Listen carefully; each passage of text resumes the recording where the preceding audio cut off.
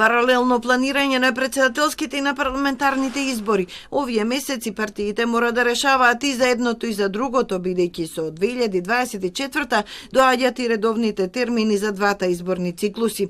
Председателот на ВМРО ДПМН Христијан Мицкоски ќе биде носител на кандидатската листа во изборната единица 1.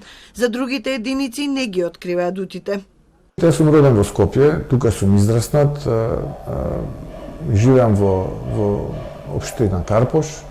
Општина Карпош е дел од изборната единица 1 и логично е да биде тоа практично единицата во која што би ја предвидел листата на ВМРО ДПМН коалицијата. Во СДСМ се свесни за ветувањето кон ДУИ за премиер Албанец во техничката влада на 100 дена пред избори. Можно е веројатно тоа да биде Албанец кој не е член на ДУИ. Министерот Фатмир Битичи од редовите на СДСМ не би одбил ваква понуда.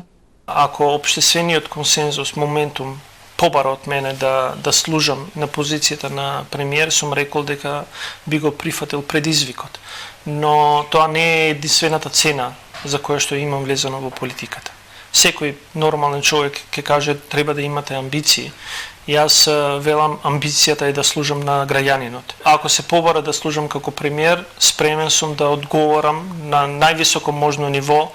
Двете партии интензивно размислуваат за претседателски кандидат. Од ВМРО ДПМН се очекува втора шанса за професорката Гордана Силјановска-Давкова, но формално кандидат ќе се бира традиционално на конвенција конкретно јануари или почетокот на февруари.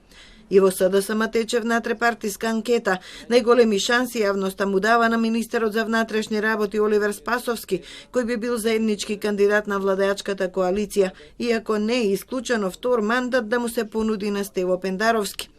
Во претседателската трка има намера да се вклучи и Европскиот сојуз за промени на трите опозицијски партии на албанците. И албанците заслужуваат како втора заедница да имаат своји кандидати, да влезат во битката за највисоката функција во државава и со добар кандидат што ќе биде дополнителна вредност на таа изборна трка и мислам дека ова ќе биде наш придонес за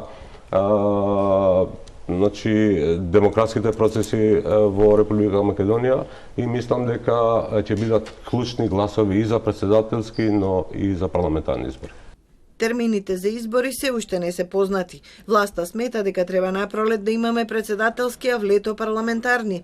Опозицијата бара заеднички термин во мај. Спикерот Талат Џафери им даде рок да се договорат до нова година. Потоа најави дека самиот ќе преземе одговорност и ќе ги распише изборите согласно Уставот и изборниот законник.